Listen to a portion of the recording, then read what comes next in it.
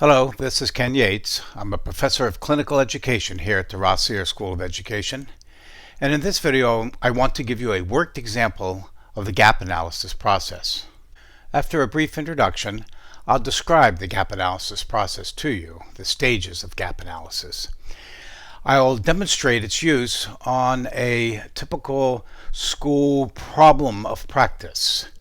And then we'll stop frequently during the demonstration of the worked example to give you an opportunity to practice on your own using a worksheet that I'll provide. Many of you will recognize this scene. It's a typical meeting where everybody is arguing about what the problem is in a school environment, for example, and how to solve it.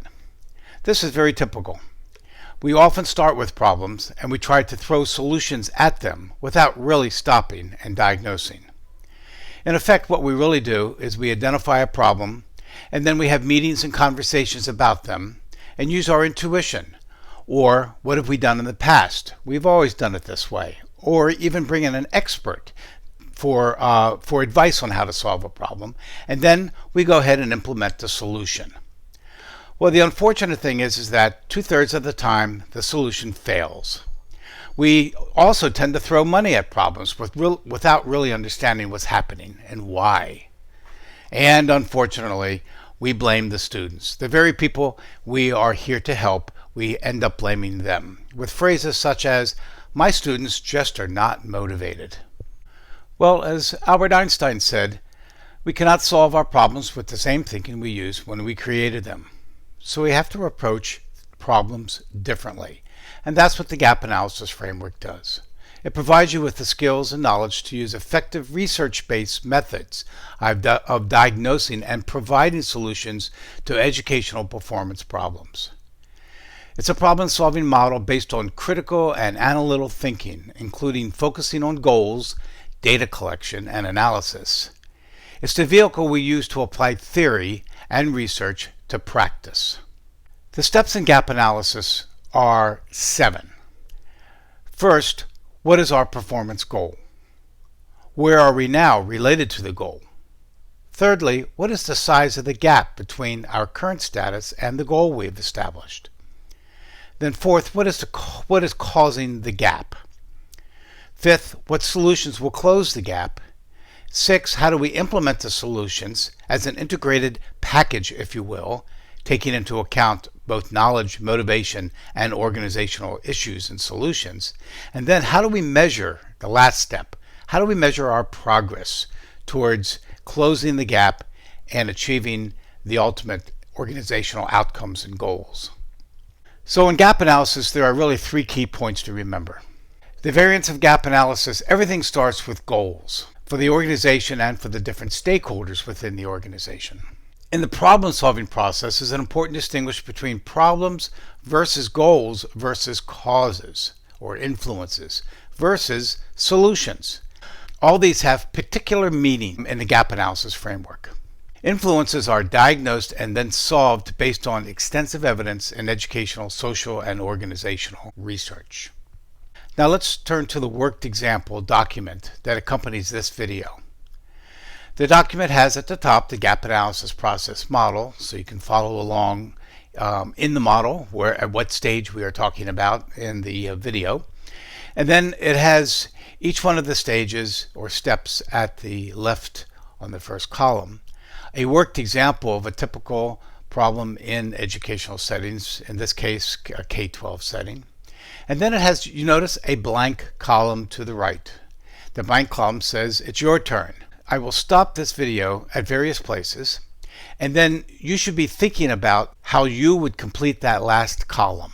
Just write notes in. You don't have to be careful with your language, English, grammar, or to be complete. Just write some notes down to remind you of your thought processes as you've watched the video and worked through the worked example with me, and then apply it to your own problem of practice. So the first step is defining the problem. And what problem of practice are you facing, whether it be in a school environment or in a business environment or in any other kind of organization, profit or non-profit organization? What is the problem that you are dealing with? what is the problem that is on everybody's mind. In our case, the worked example problem is taken from a K-12 school, as I've mentioned before. And in this school, students are not graduating on time and they are not college and career ready, as evidenced by the school data. In other words, they are not getting into college, they're not completing A through G courses that may be required, and it appears that they are not successful in obtaining well-paying jobs that have a career future to them. And this is all gathered by the school data. So now it's time for you to define your problem. Consider your problem and write this problem down in the worksheet. Pause the video for a moment and write down the problem. Okay, now that you've written down the problem, here is the first critical component of gap analysis. This is the component which most people, in trying to solve problems of practice in their organizations, fail to do. And that is to translate a problem into a goal. A problem is often not controllable by us. We know it's a problem. It's influencing everything from our organizational performance, our team performance, or even a personal performance. But it's fuzzy, it's squishy, as you would say, ill-defined.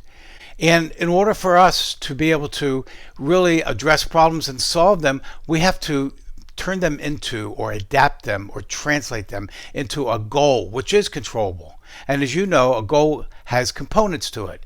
Who is going to do what, by when, and how will we measure it?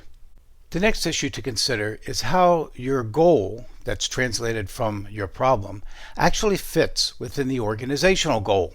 Organizational goals are broad goals derived from missions and visions statements of the organization. However, they do have observable outcomes. So you want to ask yourself, what is the metric and measure of your broad organizational goal that is derived from your mission? Take a moment and write your organizational goal that's derived from your organization's vision or mission.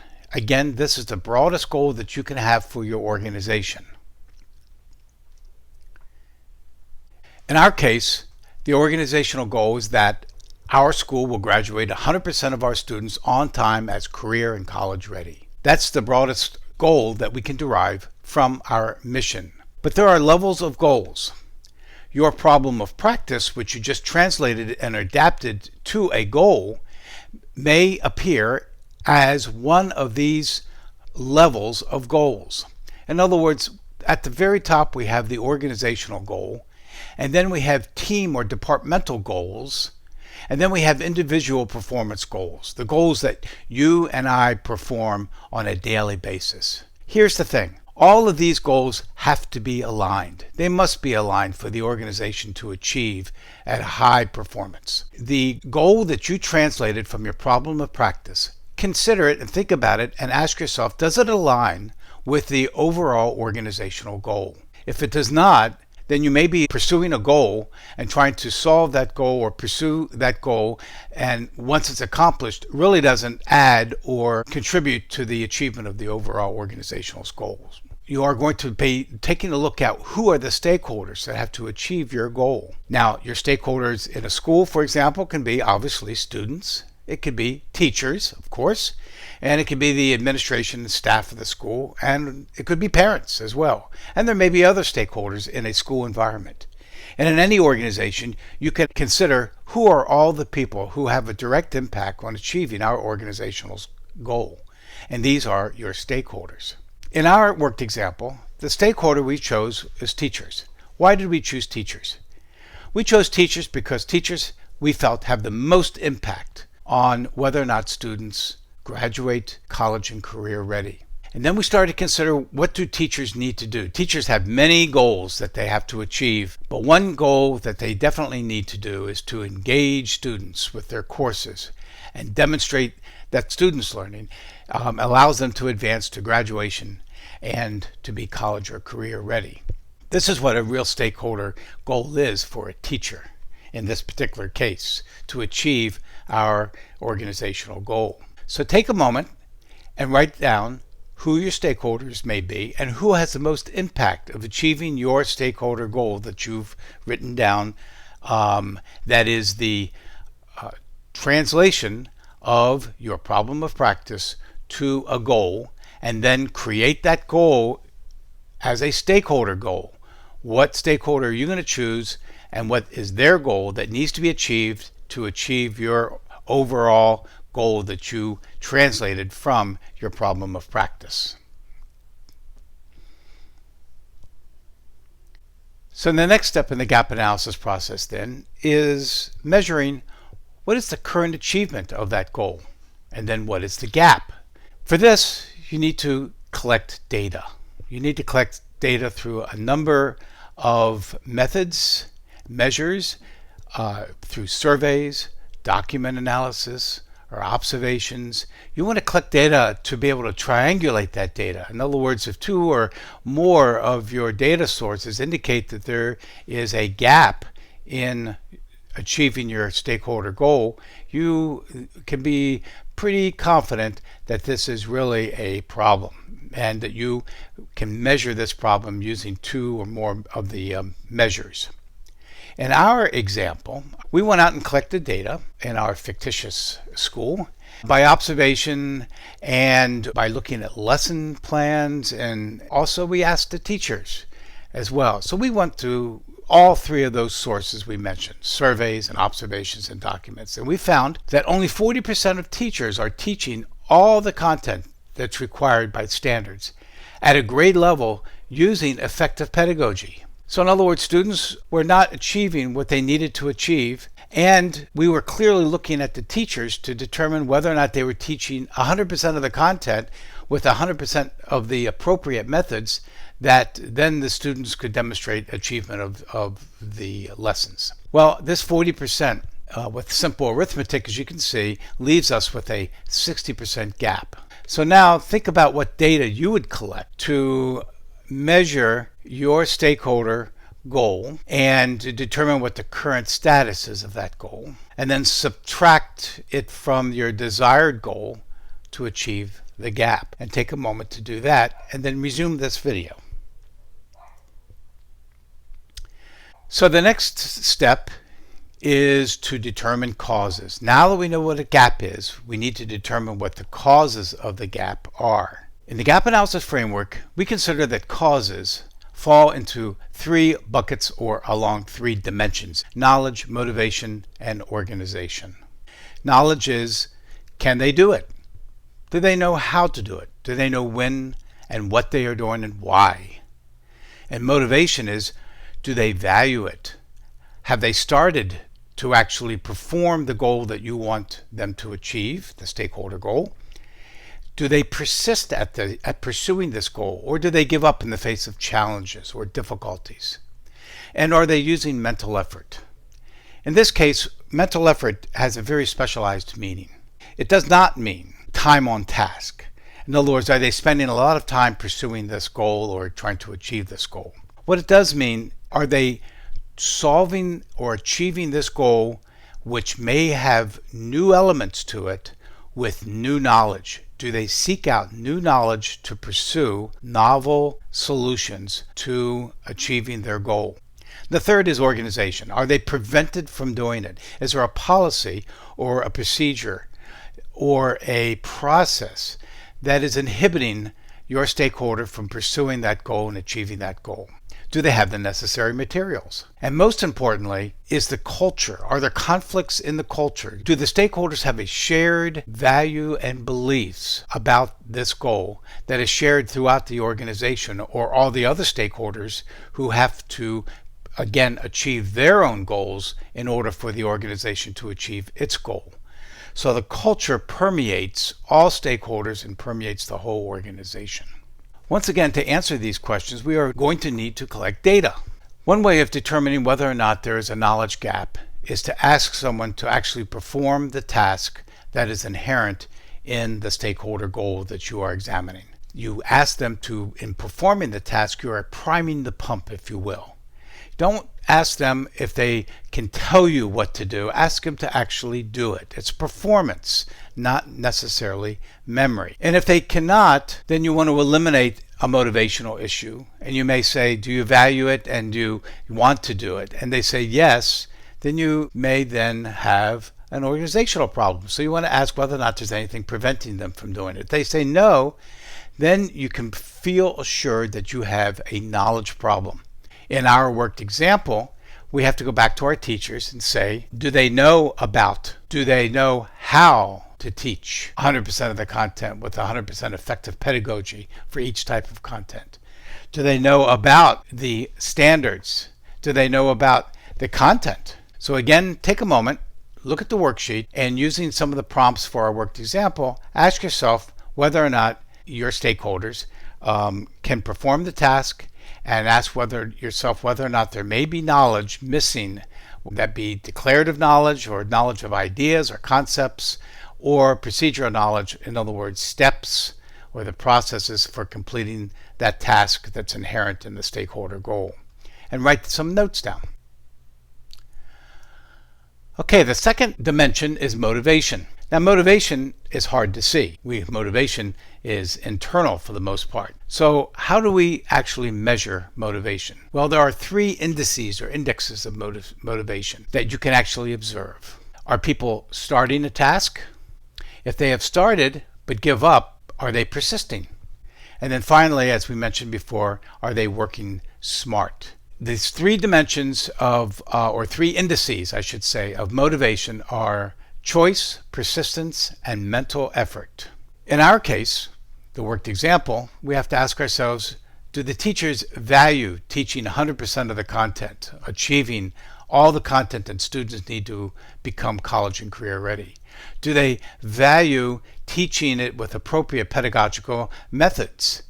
And are they confident that they can do it? Do they have self-efficacy that they are able to teach these students in their charge and to actually teach 100% of the content with 100% effective methods? Again, see the worked example in the worksheet for the results. And now you write down what you think some of your motivation causes may be. And don't forget, you want to try to think about how you would actually collect some data to determine value or determine importance or determine self-efficacy or confidence with your stakeholders. Finally, there is the organization dimension. Do your stakeholders have the essential resources to achieve their goal? Are there conflicting procedures for ways to reach the same goal? Is everybody on the same page? Are there mixed or conflicting messages sent about the priorities of the goal? And are the processes adequate for achieving the goals? And finally, is the culture conducive and supportive for your stakeholder to achieve their goals? Or are there conflicts in the culture because not everyone shares the same values and beliefs about that goal that you're trying to achieve? In our worked example, there are some policies and procedures preventing teachers from teaching effectively. Yes, there may be. Do they have the resources? And are there conflicts about values and beliefs? To see the answers to these questions, again, look at our worked example in the worksheet for the results. So pause the video and using, again, the worksheet, looking at the worked example on the one column, write down in the final column or the column to the right what you think some of your organizational causes may be. Well, the next step in the gap analysis process is solutions. Now that you have actually verified with data some of your knowledge causes, your motivation causes, and organizational causes of your performance gap for your stakeholder goal, you want to address those causes with evidence-based solutions. So now let's turn to knowledge, our knowledge gaps, and ask ourselves then, okay, we know that we had knowledge gaps. What would be the solutions to these knowledge gaps? What did they need? Well, in our worked example that we're going to use, we'll see that there are 2 kinds of knowledge gaps. But solutions also often take the form of information, job aids, training, or education. You'll see this in the Clark and Exley's text. In our worked example, we needed to provide information about the pedagogies. Our teachers knew what to do with the information. They didn't need training about very specific pedagogies to teach their students new strategies or teach them a concept about something. But they also needed job aids, which they needed to be reminded about these strategies. So they didn't need necessarily new training for the strategies, just reminded of what these strategies should be. But they did need training on how to engage students more effectively. There are certain strategies, specific strategies for engaging students in the classroom, maintaining their attention and interest, and these were the strategies that our teachers needed training on. And some teachers actually needed to improve their content knowledge as well, how to teach a particular topic with some of the new standards, for example, of teaching science.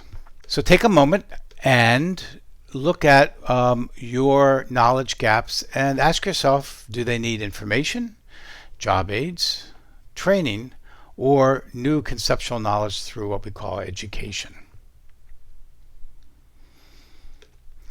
Okay, now we want to address motivation solutions. And motivation solutions most often require what we call the big three. People need to build their confidence. They need to be or have greater self-efficacy with respect to achieving their stakeholder goal. They certainly need to value the goal, because if they value it, they won't choose to pursue it. Self-efficacy, on the other hand, is most often associated primarily with persistence. In other words, if you are able to successfully accomplish parts of the goal, your confidence will actually grow and you will be willing to take on the greater challenges of that goal in the next steps or processes or stages, etc. So self-efficacy really influences persistence a great deal.